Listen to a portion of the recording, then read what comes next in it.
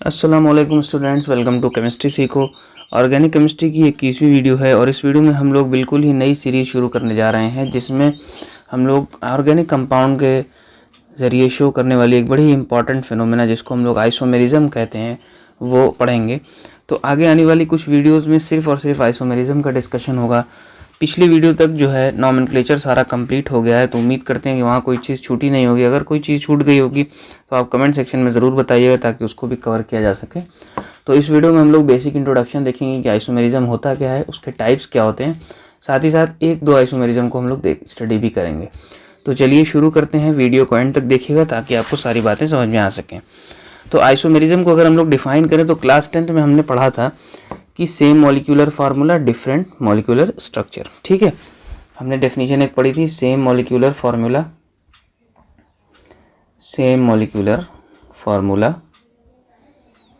Different molecular structure. अब ये जो डेफिनेशन है वो आपकी क्लास 10th लेवल तक तो सही मानी जाएगी।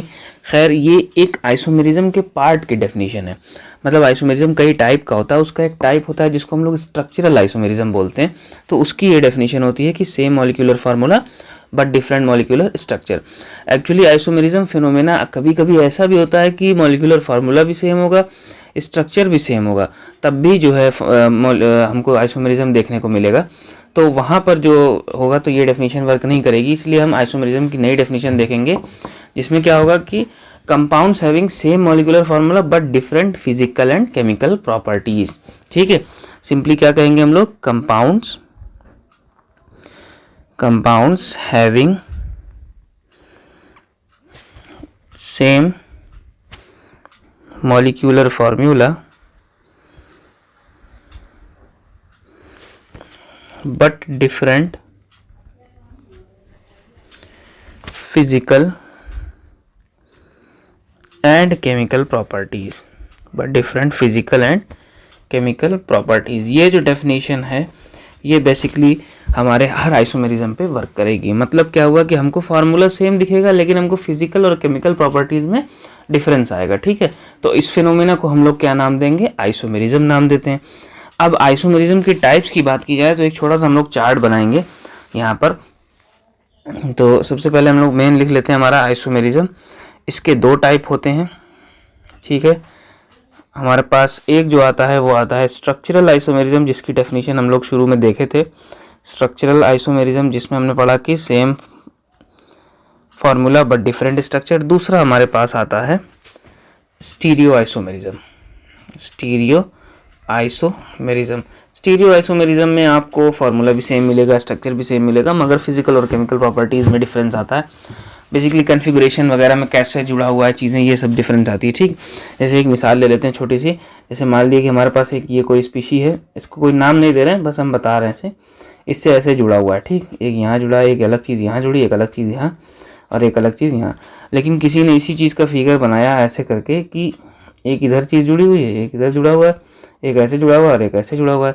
इसको मैं 1 मान लूँ, उसको 2 मान लेता हूँ, उसको 3, इसको 4, इसको 4, इसको 3, इसको 2, इसको 1।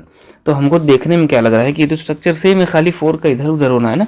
लेकिन जब हम लोग ऐसा कंपाउंड में देखते हैं ना तो हमको दोनों में अलग अलग प्रॉपर्टीज़ दिखाई देती हैं। ठीक है, इसका जो बिहेवियर है वो कुछ अलग बिहेवियर दे रहा होता है, इसका जो बिहेवियर है वो कुछ अलग बिहेवियर शो कर रहा होता है। मतलब कुछ अलग रिएक्शंस में अलग प्रॉपर्टीज़ दिखा रहा होता है, अलग तरह से बिहेव कर रहा होता है। तो ऐसे में हमको समझ में आता है अच्छा ये भी फिनोमेना एग्जिस्ट करता है। तो कि मतलब हमको फार्मूला भी सेम मिलेगा, स्ट्रक्चर भी सेम मिलेगा, मगर हमको डिफरेंस क्या मिलेगा, उनकी प्रॉपर्टीज़ में। तो ऐसे जो केस आएंगे वो हम किस कैटेगरी में देखते हैं, वो स्टीरियो आइसोमेरिज्म की कैटेगरी में देखते हैं। ठीक है, और सिर्फ स्ट्रक्चरल में जो चेंजेस आएंगे उनको हम लोग स्ट्रक्चर में देखेंगे। अब स्ट्रक्चरल आइसोमेरिज्म भी जो होता है ये हमारा टोटल 6 टाइप का होता है। ठीक, 6 टाइप में कौन कौन से होते हैं, सबसे पहले हमारे पास आ जाता है चेन आइसोमेरिज्म। देन उसके बाद दूसरा हमारे पास आता है फंक्शनल आइसोमेरिज्म या फंक्शनल ग्रुप आइसोमेरिज्म भी बोलते हैं इसको। ठीक है, फंक्शनल ग्रुप आइसोमेरिज्म भी कहते हैं। देन उसके बाद हमारे पास तीसरा आता है जिसको हम लोग पोजीशन आइसोमेरिज्म कहते हैं। नाम से ही कुछ बातें क्लियर हो रही होंगी, लेकिन फिर भी हम लोग इंडिविजुअल स्टडी करेंगे कि हाँ इसका क्या माने हुआ, इसका क्या माने हुआ। देन उसके बाद आता है हमारे पास टॉटोमेरिज्म, ये आपने पहली बार शायद नाम सुना हो क्योंकि 11th क्लास में ही इंट्रोड्यूस होता है। उसके बाद देन हमारे पास एक आता है मेटामेरिज्म। मेटामेरिज्म का फिनोमेना आपने नॉमेनक्लेचर में देखा होगा, लेकिन आपको शायद समझ में नहीं आया होगा, तो मैं समझा देता हूँ। मेटामेरिज्म जो है हमारा आमतौर से कीटोन और एमाइंस वगैरह में देखने को मिलता है, ठीक है। और हमारा जो छठवां था वो है हमारा रिंग चेन आइसोमेरिज्म, ठीक है, रिंग चेन आइसोमेरिज्म। तो टोटल ये हमारे पास 6 बन जाते हैं, chain, functional group, position, ring chain, tautomerism and metamerism. Stereo isomerism की बात की जाए तो स्टीरियो आइसोमेरिज्म में हमको 2 कैटेगरीज देखने को मिलती हैं। इसमें एक होता है कन्फॉर्मेशनल और दूसरा होता है हमारे पास कन्फिगुरेशनल, ठीक है। कन्फॉर्मेशनल में स्ट्रक्चर आपको सेम मिलेगा, मगर कुछ चीज़ें उसमें रोटेशन वगैरह की वजह से, मूवमेंट की वजह से चेंज हो जाती हैं, तो उसको हम लोग कन्फॉर्मेशन आइसोमेरिज्म बोल देते हैं, या कन्फॉर्मेशनल स्टीरियो आइसोमेरिज्म भी बोल देते हैं। और कन्फिगुरेशन में पूरा कन्फिगुरेशन चेंज, जैसे हमने ये वाला एग्जांपल जो यहाँ पर कंसिडर किया है, ये एग्जांपल जो है कन्फिगुरेशनल आइसोमेरिज्म का पार्ट होता है, ठीक है। अब ये भी जो होता है हमारा 2 टाइप का होता है, ठीक है। कन्फिगुरेशनल हमारा 2 टाइप का होता है। इसमें एक हम लोग देखते हैं जियोमेट्रिकल आइसोमेरिज्म, और दूसरा जो हम देखते हैं वो हम देखते हैं ऑप्टिकल आइसोमेरिज्म, ठीक है। ज्योमेट्री चेंज होनी, और ऑप्टिकल माने लाइट के रिस्पेक्ट में बिहेवियर कैसा होता है इसको, ठीक है। तो सब चीज़ों को हम लोग इंडिविजुअल स्टडी करेंगे ताकि आपको पूरी बातें क्लियर होती रहें। अच्छा, एक रिक्वेस्ट रहेगी, साथ साथ नोट भी करते चलें ताकि आपकी नोट्स भी बन जाए और आपका जो है पूरी बातें आपके दिमाग में उतर भी जाएँ, इसलिए इसको नोट भी करते रहिएगा, ठीक है। तो आइसोमेरिज्म की ये क्लासिफिकेशन होती है। सबसे पहले हम लोग स्ट्रक्चरल देखेंगे, देन स्टीरियो देखेंगे, ठीक है। तो हमने कहा था कि शुरू में कि हम इस वीडियो में 1-2 को डिस्कस भी कर लेते हैं। तो हमारे पास जो सबसे सिंपल वाला है, जैसे चेन और पोजीशन, इनमें ज़्यादा कुछ समझाने जैसा नहीं रहता है, आसान होता है, तो हम लोग चेन और पोजीशन को यहाँ पर पढ़ लेते हैं, ठीक है। तो हम लोग सबसे पहला जो आइसोमर लेते हैं वो क्या होता है हमारा चेन आइसोमेरिज्म, और इसी में हम लोग आगे इंट्रोड्यूस भी कर लेंगे पोजीशन आइसोमर, इसलिए हम दोनों साथ में ही ले लेते हैं, ठीक है। पोजीशन आइसोमेरिज्म,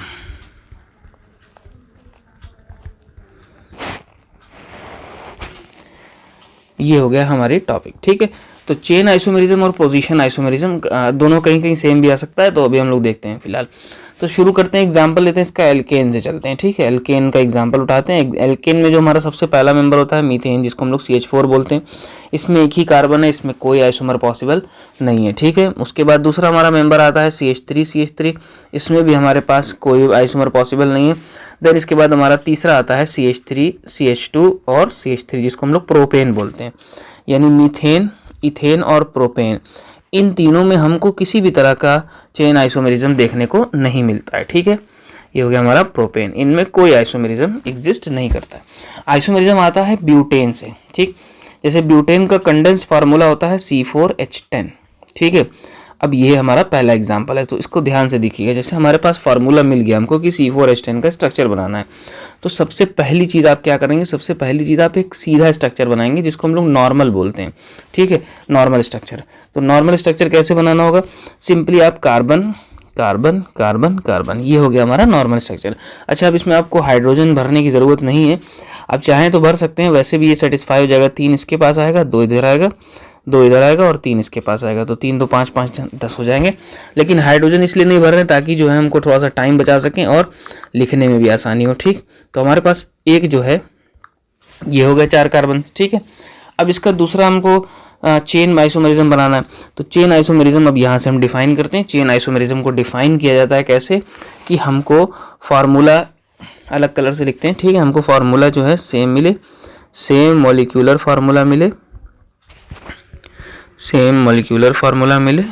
बट डिफरेंट क्या मिले, but different number of carbon in main chain मिले, but different number of carbon in main chain, ये जिसको हम लोग पैरेंट चेन भी बोलते हैं, जिसके हम लोग नॉमेनक्लेचर में जिसको काउंटिंग करते हैं उसकी बात हो रही है, ठीक है। तो अब हमारे पास यहाँ मेन चेन में 4 कार्बन दिख रहे हैं हमको साफ, इसको हम लोग बोलेंगे क्या, इसको हम लोग नॉमेनक्लेचर, IUPAC का नॉमेनक्लेचर नहीं, नॉर्मली नॉमेनक्लेचर में इसको क्या बोलते हैं, इसको हम लोग बोलते हैं N ब्यूटेन, ठीक है, नॉर्मल ब्यूटेन। अब इसका दूसरा पार्ट, हम इसकी मेन चेन में से कार्बन को कम करने की कोशिश करते हैं। तो अगली इसके पास जो हमारे पास आएगी उसको हम 3 कर दें और 1 कार्बन यहाँ लगा दें, ठीक है। अच्छा, कुछ बच्चों में डाउट आता है कि सर हम क्यों नहीं ऐसे कर लेते, कार्बन कार्बन कार्बन और कार्बन। ठीक है, आप नॉमेनक्लेचर पढ़ चुके हैं। अब नॉमेनक्लेचर पढ़ चुके हैं तो आप जब इसका नाम लिखेंगे और इसका नाम लिखेंगे तो आपको दोनों सेम नाम मिलेगा। इसको हम लोग क्या बोलेंगे, 4 कार्बन ब्यूटेन, इसको भी हम लोग क्या बोलेंगे, 4 कार्बन ब्यूटेन। सिर्फ एंगल चेंज हुआ ना हमारे पास, मतलब ऐसे सीधे सीधे जाके इधर टर्न हो गया, तो इसमें कोई चेंजेस नहीं आया। ठीक है, इसका ध्यान रखिएगा कि अगर यहाँ एंगल चेंज हो रहा है तो कोई दिक्कत नहीं है। ठीक, लेकिन अब ये इसका अगर आप नाम लिखने जाएंगे तो इसका नाम आप जब भी लिखेंगे तो आपको क्या देखने को मिलेगा, ये 1 है, ये 2 है और ये 3 है, तो हमको इसका नाम क्या मिलेगा देखने को, उसका नाम मिलेगा 2 मिथाइल प्रोपेन मिलेगा इसका नाम।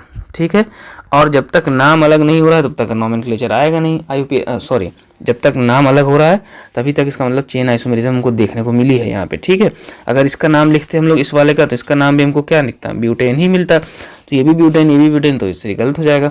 ठीक है, तो हमारे पास अब मेन चेन में क्या हो गया, 3 हो गए, एक यहाँ सब्स्टिट्यूएंट की तरह लग गया। अब ये दोनों क्या हो गए, एक दूसरे के आइसोमर हो गए। ठीक है, इसको हम लोग आइसोब्यूटेन के नाम से भी जानते हैं, इसका कॉमन नेम होता है आइसोब्यूटेन। तो हमारे पास C4 एस्टेन के कितने स्ट्रक्चर देखने को मिल रहे हैं, 2। अब इसके बाद इसका तीसरा स्ट्रक्चर बनाना पॉसिबल नहीं है, आप खुद से कोशिश करिएगा। नॉमेनक्लेचर जब आप करेंगे तो आपको समझ में आ जाएगा कि नाम सेम हो रहा है, इसका मतलब कि ये सही नहीं है। ठीक है, इसी तरह हमारे पास अगला कंपाउंड है C5H12। ठीक है, C5H12 हमारे पास ये फार्मूला आ गया। हमने क्या बताया, सबसे पहला काम सीधा सीधा वाला बनाइए, तो 5 को ऐसे सीधा बना लीजिए, ये हो गया हमारे पास नॉर्मल पेंटेन। ठीक है, इसको हम लोग क्या नाम देते हैं, इसको हम लोग नाम देते हैं नॉर्मल पेंटेन। अब इसके बाद हम क्या करते हैं, क्योंकि हम चेन आइसोमेरिज्म देख रहे हैं तो हम इसमें चेन को छोटा करते हैं, तो हम चेन को छोटा करने के लिए 4 को रखते हैं, एक यहाँ लगा देते हैं। फिर से अगेन मैं बताऊंगा कि आपने अगर ये सोचा हो कि सर हम इसको ऐसे लगा दें, तो अगेन वही प्रोसेस हो रही जो यहाँ हो रही थी। जब इसका नाम लिखेंगे और इसका नाम लिखेंगे तो आपको नाम सेम मिलेगा, that is why they are not chain isomers. Okay, moving on. तो हमारे पास इसका क्या नाम पड़ेगा, इसका आप IUPAC नाम करना चाहें तो लिख सकते हैं 1 2 3 4, तो 2 नंबर पे मिथाइल है और किससे लगा हुआ है, ब्यूटेन से लगा हुआ है, दिस 2 मिथाइल ब्यूटेन। ठीक है, इसको हम लोग दूसरे नाम से भी जानते हैं, जिसको हम लोग आइसोपेंटेन भी बोलते हैं। ठीक है, ये इसका कॉमन नेम होता है आइसोपेंटेन। अच्छा, हाइड्रोजन हम फिल नहीं कर रहे हैं, हाइड्रोजन आप अपने से फिल कर लीजिएगा। ठीक है, उम्मीद है कि कहीं भी टैली ख़राब नहीं होगी, आप गिन के देख लीजिए, इस पर 3 लगेगा, इस पर 2 लगेगा, इस पर 1 लगेगा, इस पर 3 लगेगा और इस पर 3, तो 3 3 6 1 7 2 9 3 12। ठीक है, कंप्लीट हो जाएंगे। क्या और पॉसिबिलिटी हो सकती है, हाँ बिल्कुल हो सकती है। हम क्या करें, अगर हम इसको ऐसे लगा दें, ठीक है, तो सबके दिमाग में आई होगी ये वाली बात कि हम यहाँ लगा दें, मतलब यहाँ 2 से निकाल के इधर 3 पे आ जाए, तब भी जब आप इसका IUPAC में काउंटिंग करेंगे तो नंबरिंग ऐसे हो जाएगी और ये अगेन 2 मिथाइल ब्यूटेन हो जाएगा, तो ये भी इसका आइसोमर नहीं होगा। ठीक है, याद रखिएगा कि ये भी इसका आइसोमर नहीं होगा, क्योंकि स्ट्रक्चर सेम है, खाली घुमा के लिख दिया गया है। ठीक, अब क्या पॉसिबिलिटी हो सकती है, चलिए हम लोग देखते हैं, 3 की कोशिश करते हैं। 3 में अगर यहाँ लगाएंगे तो भी वही सेम बात आ जाएगी, हम सेंटर पे एक ऐसे लगा दें और एक ऐसे लगा दें। ठीक है, अब हमारे पास ये कैसा मिल गया, ये हमको एक कार्बन चारों तरफ से मिल गया, इसकी मेन चेन 3 ही कार्बन की होगी और 2 सब्स्टिट्यूएंट लगे होंगे, तो हम इसको क्या लिख सकते हैं, इसको लिखेंगे हम लोग 2,2 डाईमिथाइल प्रोपेन, 2,2 डाईमिथाइल प्रोपेन लिख देते हैं, और इसका कॉमन नेम होता है नियोपेंटेन। ठीक है, इसका कॉमन नेम याद कर लीजिएगा, नियोपेंटेन इसको बोलते हैं। ठीक, तो एन पेंटेन, आइसोपेंटेन और नियोपेंटेन ये हमको बनने को मिलेगा। ठीक है ना, इसके अलावा कोई भी आइसोमर पॉसिबल नहीं है, आप इसका कोशिश करके देख सकते हैं, नहीं बनेगा, फिक्स है। ठीक है, तो हमको जो C4 एस्टेन वाले केस में कितने स्ट्रक्चर देखने को मिले, 2। C5H12 वाले में कितने देखने को मिले, इसमें हमको मिले 3। ठीक है, अच्छा अब क्या C6H14 में क्या हमको 4 मिलेंगे, नहीं, ऐसा नहीं है, पैटर्न नहीं फॉलो होता, बल्कि रैंडम नंबर्स होते हैं। ठीक है, स्ट्रक्चर के, तो आप अब इसके बाद मैं समझता हूँ कि यहाँ पे आप समझ गए होंगे। ठीक है, एक और हम लोग एग्जांपल कर लेते हैं हेक्सेन के लिए, C6H14 वाला। ठीक है, C6H4 मैंने लिख दिया, सॉरी, C6H14। चलिए इसको देखते हैं, इसका हम लोग गिनते हैं, देखते हैं कितना होगा। वैसे हमको पता है कि इसका 5 बनता है। ठीक है, ऐसे कोशिश की जाएगी 5 बनाने की। तो सबसे पहले हमारे पास सिंपल एकदम सीधा वाला 6 कार्बन बना लीजिए, ये हो गया हमारा नॉर्मल वाला हेक्सेन। ठीक है, इसके बाद एक आइसो कंडीशन बना लीजिए, यानी कि 5 ऐसे कर लीजिए, एक यहाँ लटका लीजिए, इसको हम लोग हेक्सेन बोलेंगे। इसको IUPAC में बोलेंगे 2 मिथाइल पेंटेन। ठीक है, 2 मिथाइल पेंटेन, या फिर इसको हम लोग क्या बोलेंगे, आइसोपेंटेन, सॉरी आइसोहेक्सेन, इसको क्या बोलेंगे हम लोग, आइसोहेक्सेन बोलेंगे। ठीक है, अब इसके बाद हम क्या कर सकते हैं, अब इसके बाद हम लोग यहाँ पर ऐसे कर लेते हैं। ठीक है, ये कर लेते हैं।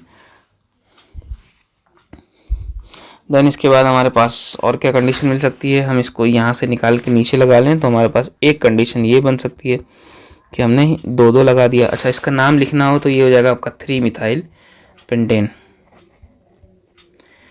3-मिथाइल पेंटेन, और ये हो जाएगा आपका 2,3 डाईमिथाइल ब्यूटेन, डाईमिथाइल ब्यूटेन। जहाँ जहाँ कॉमन नेम जिस चीज़ का रहेगा वहाँ मैं कॉमन नेम बता दूंगा। ठीक है, तो ये हो जाएगा हमारे पास 4। एक और बन सकता है जिसमें हम लोग क्या करेंगे, 4 को ऐसे रखेंगे, यहाँ पे लगा लेंगे C। ये हो गया, इसको हम लोग बोलते हैं क्या, इसको हम लोग बोलते हैं 2,2 डाईमिथाइल ब्यूटेन, डाईमिथाइल ब्यूटेन कहते हैं। इसका कॉमन नेम होता है नियोहेक्सेन, इसका कॉमन नेम होगा नियोहेक्सेन। ठीक है, इसमें नियो का पैटर्न होता है, चारों तरफ से जब कोई एक कार्बन गिर जाए ना तो उसको नियो कंडीशन बोलते हैं। तो वही चीज़ नियो यहाँ पर भी हो रही थी, नियो इस कंडीशन में भी हो रही थी। ठीक है, तो ये हो गए हमारे 5। ठीक, अब इसके 5 जो नंबर ऑफ आइसोमर्स हैं वो 5 हैं भाई, समझ लीजिए इस बात को। नंबर ऑफ आइसोमर्स 5 हैं, नंबर ऑफ चेन आइसोमर्स नहीं 5 हैं। ठीक है, और टोटल आइसोमर्स 5 हैं, क्योंकि अगर आप ध्यान से देखें तो हमने जो चेन आइसोमर की डेफिनेशन पढ़ी वो क्या पढ़ी कि number of carbon in main chain जो है वो डिफरेंट होगा। इन मेन चेन क्या होना चाहिए, डिफरेंट होना चाहिए, तभी वो क्या कहलाएगा, तभी वो कहलाएगा हमारा चेन आइसोमर। ठीक है, इसमें काउंट करिए 6 है, इसमें काउंट करिए 5 है। अच्छा, मैं इसको A नाम दे देता हूँ, इसको B नाम दे देता हूँ, इसको C नाम दे देता हूँ, इसको D कह देता हूँ और इसको E कह देता हूँ फॉर कन्वीनियंस के लिए खाली। ठीक है, कोई इसमें वो नहीं है, आप 1 2 3 4 जैसा मन करे वैसे लिख सकते हैं। तो हमारे पास इस हेक्सेन को अगर आप ध्यान से देखें तो इसमें हमारे पास देखिए 6 कार्बन देखने को मिल रहा है A वाले में। ठीक है, सही है, चलिए यहाँ पर हम 6 कार्बन को मेंशन कर देते हैं। इसमें हमको कितना मिल रहा है, 5 कार्बन मिल रहा है मेन चेन में, इसमें भी हमको 5 कार्बन मिल रहा है, इसमें हमको 4 कार्बन मिल रहा है और इसमें भी हमको क्या मिल रहा है, 4 कार्बन मिल रहा है। तो इससे क्या पता चल रहा है, इससे ये पता चल रहा है कि A, B और E या A, B और D, ठीक है, A, B, D या फिर A, B, E, ये सब आपस में क्या है, चेन आइसोमर्स हैं। ठीक है, ये सब आपस में क्या है, चेन आइसोमर्स हैं। ठीक है, जहाँ पर पेरेंट चेन में नंबर कम हो रहा है। ठीक है, नंबर चेंज हो रहे हैं। ठीक है, नंबर ऑफ कार्बन चेंज हो रहे हैं। तो इसका मतलब A और C में क्या रिलेशन हो गया, देखिए A और C में भी क्या है रिलेशन, A और C में भी चेन का रिलेशन है। ठीक है, क्योंकि A में हमारे पास मेन में 6 कार्बन की चेन है और C में मेन कार्बन की 5 कार्बन की चेन है। ठीक है, C में 5 कार्बन की मेन चेन है, तो यहाँ पर हमको क्या रिलेशन मिला, ये भी चेन है। अच्छा, A और E को अगर आप रिलेट करें तो A और E को आप रिलेट करेंगे तब भी ये चेन आइसोमर है, क्योंकि A में हमारे पास 6 कार्बन की मेन चेन और E में हमारे पास 4 कार्बन की मेन चेन। इसी तरह A और D को भी आप रिलेट करना चाहें तो कर सकते हैं। A और D को रिलेट करेंगे तो इसमें देखिए 6 मेन चेन में, इसमें 4 है, तो ये दोनों क्या हो गए, सब चेन आइसोमर हो गए। ठीक है, इस तरह से हम लोग रिलेट करते हैं। अब लेकिन बारी आती है B और C की। ठीक है, ज़रा आप ध्यान से देखिए B और C को, तो B और C में number of carbon main chain में सेम है, लेकिन जो सब्स्टिट्यूएंट की पोजीशन है वो डिफरेंट है। तो सब्स्टिट्यूएंट की जो पोजीशन डिफरेंट हो, सब्स्टिट्यूएंट हो या फंक्शनल ग्रुप हो या कुछ भी हो, कुछ भी हम कह सकते हैं, फंक्शनल ग्रुप भी कह सकते हैं, डबल ट्रिपल बॉन्ड भी कह सकते हैं, इनकी पोजीशन में फ़र्क आ रहा हो, इनकी पोजीशन में डिफरेंस आ रहा हो। ठीक है, इनकी पोजीशन में डिफरेंस आ रहा हो तो ऐसे में हम लोग क्या कहते हैं, पोजीशन आइसोमेरिज्म कहते हैं इसको। क्या कहते हैं, पोजीशन आइसोमेरिज्म। यानी हुआ क्या, यानी 2 पर लगा था, अब निकल के 3 पर लग गया। ठीक है, तो ये क्या हो गया, पोजीशन। तो B और C में क्या रिलेशन हुआ, B और C एक दूसरे के पोजीशन आइसोमर है। ठीक है, इसी तरह अगर हम लोग कहें D और E की, तो D और E भी आपस में क्या है, पोजीशन आइसोमर है। ठीक है, लेकिन अगर हम D और B को रिलेट करें तब D और B को जब हम लोग रिलेट करेंगे तो वो क्या हो जाएगा, हो जाएगा हमारा चेन, क्योंकि D में मेन चेन 4 कार्बन की है और B में मेन चेन 5 कार्बन की। तो B और C क्या हो गए, पोजीशन आइसोमर, D और E क्या हो गए, पोजीशन आइसोमर हो गए। ठीक है, इस तरह से पोजीशन आइसोमेरिज्म होती है, तो इसका भी हमको ध्यान रखना पड़ता है। तो ऐसा ज़रूरी नहीं है कि एक ही कंपाउंड में एक ही टाइप का आइसोमर हो रहा हो। ठीक है, कभी कभी कई सारे आइसोमर एक ही कंपाउंड शो कर रहा होता है। ठीक है, तो इसका आपको ध्यान रखना होगा। अच्छा, कुछ बातें समझ लीजिए, टोटल नंबर ऑफ आइसोमर को इसको याद कर लीजिए तो आपको काम आएगा काफ़ी। जैसे हमारे पास अगर ब्यूटेन का फार्मूला है, हमारे पास जैसे C4H10 दे रहा है, तो C4H10 में हमको 2 आइसोमर देखने को मिलते हैं, C5H12 में हमको 3 देखने को मिलते हैं, C6H14 में हमको 5 देखने को मिलते हैं, C7H16 में हमको 9 देखने को मिलते हैं, C8H18 में हमको 18 देखने को मिलते हैं, C9H20 में हमको अप्रॉक्सीमेटली 35 के करीब देखने को मिलते हैं और C10H22 में हमको 75 के करीब देखने को मिलते हैं। ठीक है, ये नंबर ऑफ टोटल आइसोमर की बात कर रहे हैं, सिर्फ पोजीशन या चेन की नहीं, सब सारे आइसोमर की बात हो रही है। ठीक है, तो ये था हमारा जनरल एक्सप्लेनेशन चेन आइसोमर और पोजीशन आइसोमर का।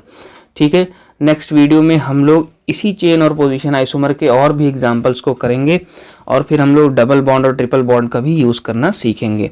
तो उम्मीद करते हैं कि आपको सारी बातें समझ में आई होंगी। अभी भी कोई क्वेश्चन या डाउट है तो आप कमेंट सेक्शन का ज़रूर यूज़ कीजिएगा। Thank you.